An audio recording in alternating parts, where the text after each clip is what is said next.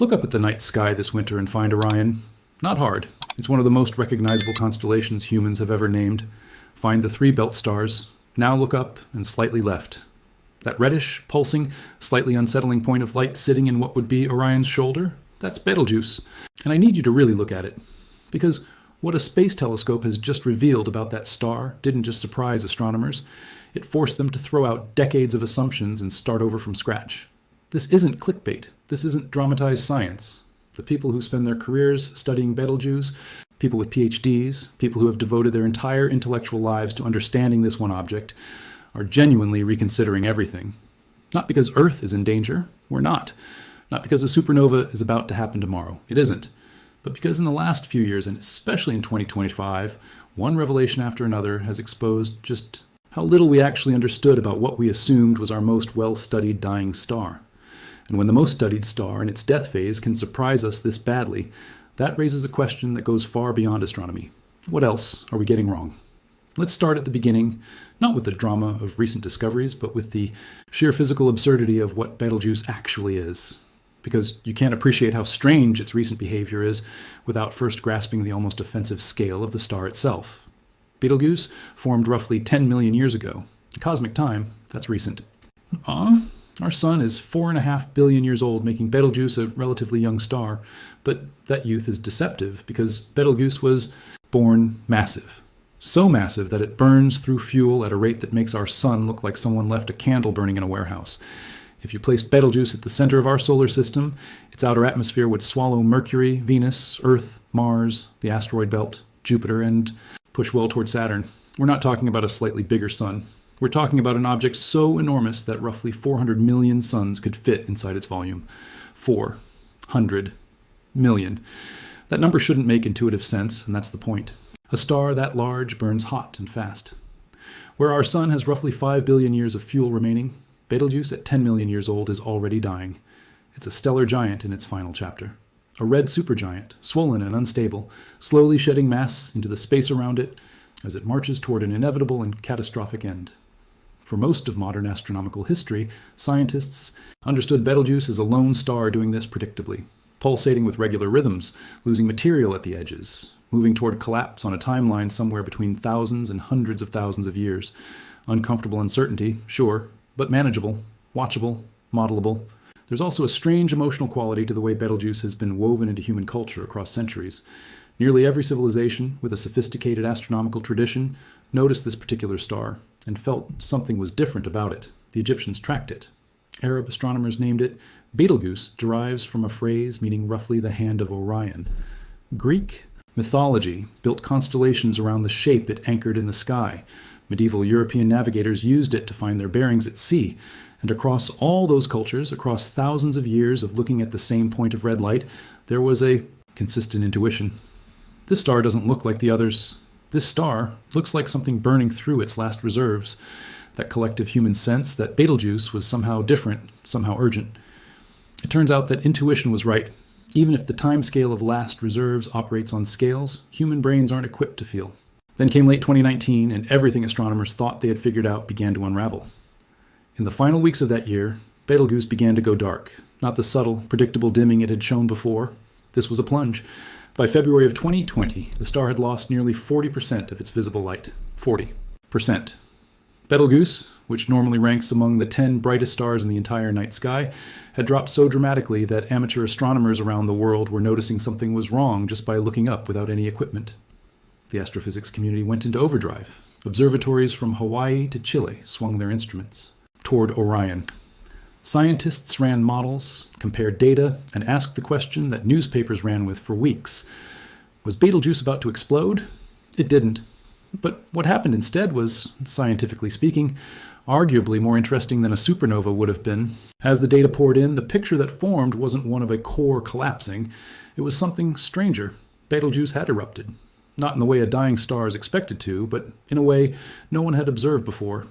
The star had blasted an enormous mass of super-hot material off its surface in a single violent outburst, an event astronomers would later describe as a surface mass ejection.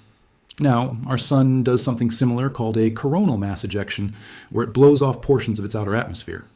We track solar CMEs because they can disrupt satellites. and power grids here on Earth.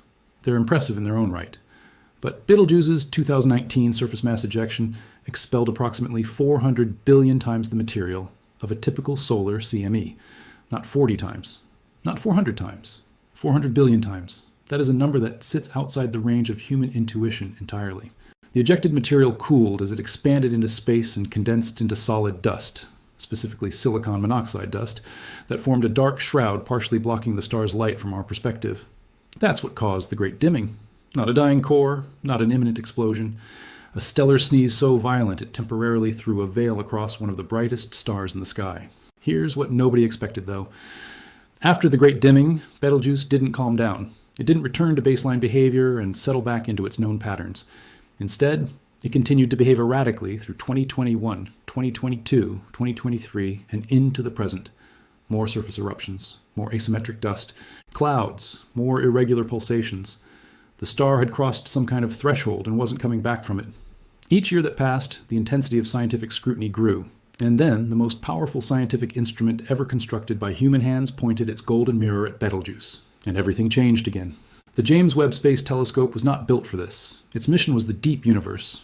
Galaxies formed just hundreds of millions of years after the Big Bang, the atmospheric chemistry of exoplanets orbiting distant suns, the faint infrared light of the oldest structures in the observable universe. It cost $10 billion. It floats 1 million miles from Earth at a temperature close to absolute zero. Its mirror is coated in gold to maximize infrared sensitivity. It is not, in any conventional sense, a tool for studying nearby stars. The scientists who designed it, who fought for its funding across 3 presidential administrations, who spent 30 years bringing it from concept to launch, were thinking about the distant universe, not a red giant sitting practically in our cosmic backyard. And yet, when JWST trained that mirror on Betelgeuse, the results were deeply unsettling in ways none of those scientists had anticipated. What makes JWST so particularly suited to studying something like Betelgeuse, despite not being designed for it, is its sensitivity to infrared light, wavelengths beyond what human eyes can detect, wavelengths that pass through dust clouds and reveal structure that visible light obscures entirely. Betelgeuse is surrounded by those dust clouds. It has been shrouded in them, to varying degrees, for as long as we've been able to look. JWST doesn't just see through that shroud, it maps it. It traces the structure of the dust, the temperature gradients within it, the motion of the gas embedded in it, in a level of detail that turns what was previously a blurry haze into a detailed three-dimensional portrait of a star's dying exhalations. The telescope's infrared capabilities revealed abnormal behavior in Betelgeuse's outer atmosphere at a resolution no previous instrument could match. Convective pulses, enormous bubbles of superheated plasma rising from deep inside the star and erupting at the surface, were being tracked with extraordinary precision.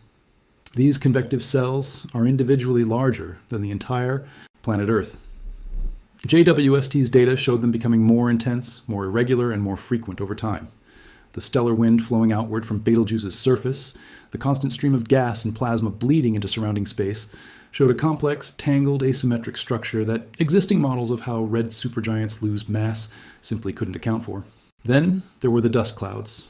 Dense, asymmetric, sprawling structures of silicon monoxide surrounding the star in patterns that suggested not a slow, steady process of shedding, but violent, directional, chaotic eruptions. Symmetrical dust clouds would suggest controlled, predictable mass loss, the kind textbooks had described for decades. Asymmetric clouds tell a completely different story. They tell you the eruptions are explosive and irregular, that something beneath the surface is driving them with increasing violence, and that the internal structure of the star is no longer functioning in any orderly way. JWST was documenting not just the symptoms, but the mechanism, showing in infrared wavelengths invisible to human eyes the detailed anatomy of a star tearing itself apart from the inside. And then came July 2025, and what astronomers announced changed the story completely. Betelgeuse is not alone. After decades of speculation, after generations of astronomical observation, after every major telescope ever built had pointed at this star at some point in its operational life, researchers announced the first confirmed direct detection of a companion star orbiting Betelgeuse. A second star had been there the entire time, hidden in the blinding glare of the red supergiant, its gravitational fingerprints woven into every data set ever collected about Betelgeuse, invisible to every instrument until JWST made its detection possible. The companion was named Betelgeuse B, also known as Sualocin, meaning her bracelet in Arabic, a name chosen to echo Betelgeuse's own Arabic origins, meaning the hand of Orion. Sualocin is a low-mass star. roughly 1.5 times the mass of our Sun, likely a hot blue-white main sequence star that formed alongside Betelgeuse 10 million years ago and has been orbiting it ever since. It stayed hidden for so long because it's approximately 6 magnitudes fainter than Betelgeuse, that's about 250 times dimmer, and because it orbits so close to the supergiant that distinguishing it from the star's own extended atmosphere required the sensitivity of an instrument that didn't exist until 2022. The detection itself required a combination of precise infrared imaging and a sophisticated signal processing that stripped away the overwhelming brightness of Betelgeuse to reveal the faint additional signal of something orbiting within its glare. It's the equivalent of trying to spot a firefly circling a searchlight from a distance of 650 light years. The fact that JWST could do this at all speaks to the extraordinary engineering that went into its construction. The fact that no previous telescope in the history of astronomy had been able to accomplish it explains why a star that has been observed continuously for centuries managed to keep this secret for so long. Think carefully about what this means. Every measurement ever taken of Betelgeuse's pulsations, every brightness curve ever plotted, every model ever built to predict its behavior and estimate its remaining lifespan, all of it was constructed without accounting for a star that was right there, actively influencing what we were measuring. It's the astronomical equivalent of studying a patient's vital signs for decades, building an entire medical model around those readings, and then discovering they have an identical twin living in the same room whose heartbeat was overlapping with every EKG. The entire data set needs reinterpretation. And the reinterpretation has already begun, with stunning results. For years, astronomers had noticed 2 distinct cycles in Betelgeuse's variability. The first, a roughly 400-day cycle, was attributed to internal pulsations, the star's own rhythmic breathing, the expansion and contraction of its outer layers driven by pressure waves moving through its enormous volume. This cycle was understood, modeled, and relatively well explained by existing stellar physics. The second, a longer approximately 200-day cycle, stubbornly resisted explanation. No internal process could cleanly account for it. Models were adjusted, parameters tweaked, and the cycle remained a persistent scientific headache that nobody could fully solve. Now, with Sualocin identified, the answer is almost embarrassingly clear, that 200-day cycle isn't internal at all, it's orbital. It matches almost exactly the time it takes for Sualocin to complete one orbit around Betelgeuse, roughly 2,170 days, circling through the red supergiant's vast extended outer atmosphere approximately once every 6 years. As Sualocin moves through that atmosphere, it stirs the surrounding gas and dust, creating waves and disturbances that ripple outward and affect everything. The patterns of mass loss, the formation of dust clouds, potentially even the timing and intensity of the surface eruptions that have been bewildering the scientific community since 2019. The wake left behind by a small companion star orbiting through a supergiant's atmosphere, it turns out, looks remarkably similar to a massive dying star experiencing its own unexplained internal chaos. For decades, astronomers assumed they were seeing the latter because nobody knew the former was happening. Now the 2019 Great Dimming needs to be reconsidered. The 400 billion CME surface ejection needs to be reconsidered. Every asymmetric dust cloud JWST has documented needs to be reconsidered. How much of what we attributed to Betelgeuse's own internal processes was actually the gravitational influence of a companion star nobody knew existed? The practical consequence of this discovery is a radical revision of the timeline. Studies published in 2023, analyzing pulsation cycles and carbon-burning signatures in Betelgeuse's data, had suggested the star could potentially explode within decades, a timeline that quietly alarmed the scientific community, even if it wasn't shouted from the rooftops. With Sualocin now factored into the models, and with its 2,170-day orbital cycle identified as the source of the mysterious longer variability, the timeline has been pushed dramatically outward. Current best estimates now place Betelgeuse's eventual supernova somewhere in the range of 100,000 years from now, or possibly further. That should be a relief. In practical terms, it is. The star that seemed to be approaching its end on a timeline that overlapped with human civilization is now understood to have much more runway than we thought. But here's the uncomfortable thing. The relief and the unsettlement are inseparable here. Because if Betelgeuse, the single most studied, most observed, most scrutinized massive dying star in the night sky, could hide a companion for 10 million years and lead us to misread its timeline so severely, then what are the odds that every other stellar system we've built models around is exactly as simple as we believe it to be? The honest answer, and the one that informed members of the astronomical community will give when pressed, is not good odds at all. This is the deeper crisis that most coverage of this story misses entirely. It's easy to get caught up in the spectacle, the enormous dimming, the billion solar storm ejection, the JWST images, the hidden companion. But the real significance isn't any individual discovery. It's what the cumulative pattern of discoveries reveals about the nature of scientific knowledge itself. Betelgeuse has been under continuous observation for longer than most scientific institutions have existed. Multiple generations of astronomers have devoted careers to it. And yet the most fundamental physical fact about the system, that it contains 2 stars, not one, went undetected until a telescope launched 3 years ago could finally resolve the signal. If we were wrong about that, what else are we wrong about? How many supernova timelines built on single star models are off because the star in question has a companion nobody's found yet? How many theories of stellar evolution rest on data that's been contaminated by an unseen gravitational partner? These questions don't have comfortable answers, and the field is grappling with them seriously. Meanwhile, JWST is still watching. The data still arrives, and what it continues to reveal is a star that defies clean categorization even now, even with the updated models that account for Sualocin's existence. The infrared portrait JWST is building of Betelgeuse shows massive plasma upwellings crossing the star's face in patterns that challenge existing models of stellar convection at this scale. The stellar wind's tangled, asymmetric structure continues to resist clean theoretical explanation. Most unsettling, JWST data shows signs consistent with accelerating nuclear evolution in the star's core. Structural changes suggesting Betelgeuse may be progressing through the later stages of nuclear fuel burning faster than the revised timeline might imply. A red supergiant's core burns through a sequence of fuels over its lifetime. Hydrogen first, then helium, then carbon, neon, oxygen, silicon. Each successive fuel burns faster than the last. The final stage, silicon burning, lasts approximately 1 day before the fuel is gone, and the core collapses in a fraction of a second. JWST is giving us unprecedented data on how far along Betelgeuse has traveled down that sequence. But even before that moment, which may be 100,000 years away, or in some contested models much sooner, Betelgeuse is already doing something profound that tends to get lost in the drama of eruptions and hidden companions and timeline revisions. It's seeding the galaxy. Right now, in real time, the material being expelled from Betelgeuse's turbulent surface is spreading outward into interstellar space in a slowly expanding bubble of gas and dust that JWST can actually map in detail. The asymmetric dust clouds, the silicon monoxide condensates, the stellar wind rich in elements forged over 10 million years of nuclear burning, all of it is drifting outward, thinning, mixing with the surrounding interstellar medium, and beginning an impossibly long journey toward becoming something else entirely. The material being ejected from its surface right now, the silicon monoxide dust, the carbon compounds, the oxygen and neon-rich stellar wind spreading into the surrounding space, is the raw material of future worlds. The iron in human blood, the calcium in human bones, the oxygen in every breath. These didn't originate in our solar system. They were forged in the cores of massive stars that died before our sun was born, scattered into space by explosions exactly like the one Betelgeuse will one day produce, and eventually incorporated into the dust cloud that collapsed to form our solar system.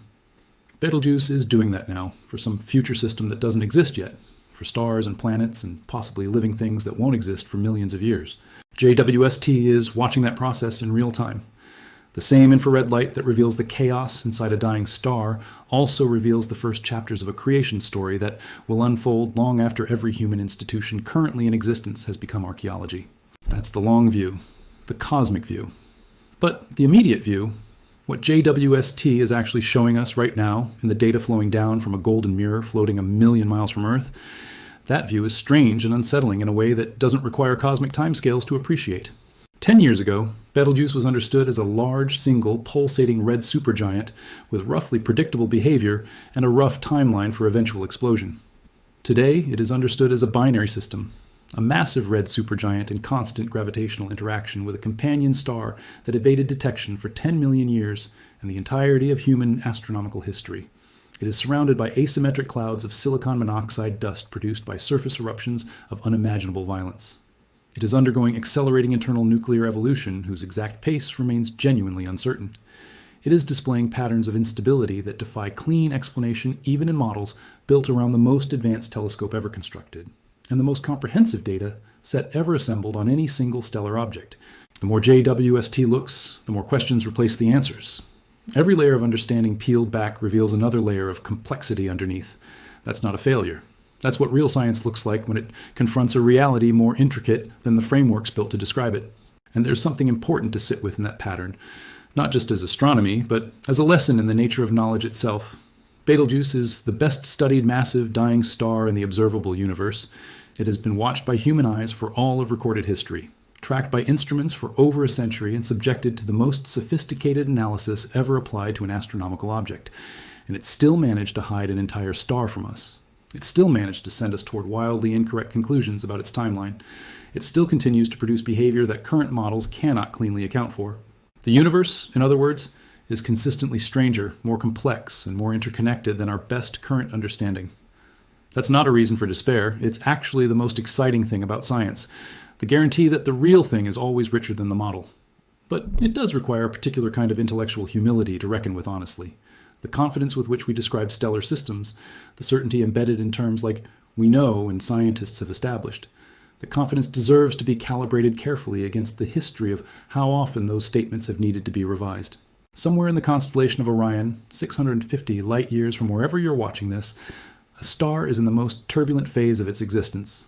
The light reaching your eyes right now left Betelgeuse 650 years ago, when the printing press didn't exist, when the Americas hadn't yet been reached by European explorers, when the Renaissance was just beginning to crack open the intellectual shell of the medieval world. The star you're seeing is already 6.5 centuries in the past. Its present state, right now, at this actual moment, we won't see it for 650 years. Whatever is happening there right now, whatever Sualocin's gravitational stirring is producing in the outer atmosphere, whatever convective pulse is building in the core, we'll find out in the year 2675. And yet, JWST is teaching us more about that star than all of the previous centuries of observation combined. The data still arriving, the surprises still accumulating, the models still being rebuilt from the ground up. The hidden companion that orbited undetected for 10 million years. The eruption that expelled more mass than 400 billion of our sun's largest storms. The asymmetric dust clouds frozen in space around a dying giant. The infrared data showing a core that may be further along its nuclear countdown than we want to believe. The discovery that even our most fundamental assumption, that we were looking at one star, was wrong. What Betelgeuse has shown us through all of this is not primarily a story about a star. It's a story about the limits of certainty, about how much can hide in plain sight when our instruments aren't yet sharp enough to see it, about how the most carefully constructed scientific model is still only as good as the assumptions built into its foundation, and how one missing variable, a hidden companion, an undetected orbital cycle, can make a decade of confident conclusions, quietly, completely wrong. The telescope is still watching. The data is still arriving. And in the shoulder of Orion, a star that has surprised us in every way imaginable is, in all likelihood, still keeping secrets. The question is whether we're ready to hear what it's saying.